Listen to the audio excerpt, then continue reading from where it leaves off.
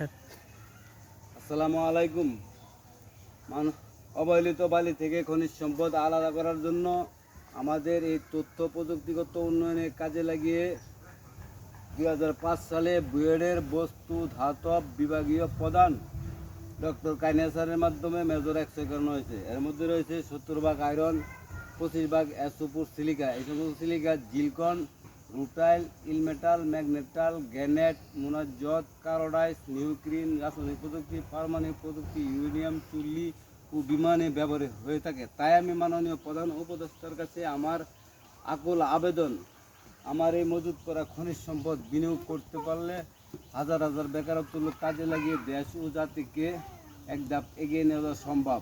আমার এই তথ্য প্রযুক্তিগত আমি স্যার 1 টাকাও লই নাই। যদি দেশকে এগিয়ে নিয়ে যেতে হয় তাহলে আমার এই তথ্য প্রযুক্তি পরিকল্পনা বাস্তবায়ন করতে হবে। আমি পরিকল্পনা মন্ত্রণালয়ে 2025 সালে আমি কাগজ দিয়ে রাখছি, আমাকে কিন্তু সহায়তা করে না, আমি কিন্তু সহায়তা পাচ্ছি না।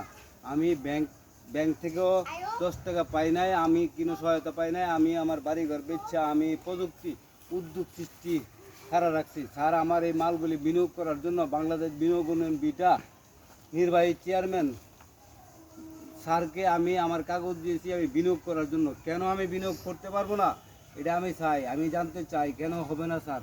আমি আপনার মাধ্যমে বিনিয়োগ করতে চাই। বিনিয়োগ করতে পারলে হাজার হাজার বেকারত্ব কাজে লাগানো সম্ভব স্যার। আসসালামু আলাইকুম।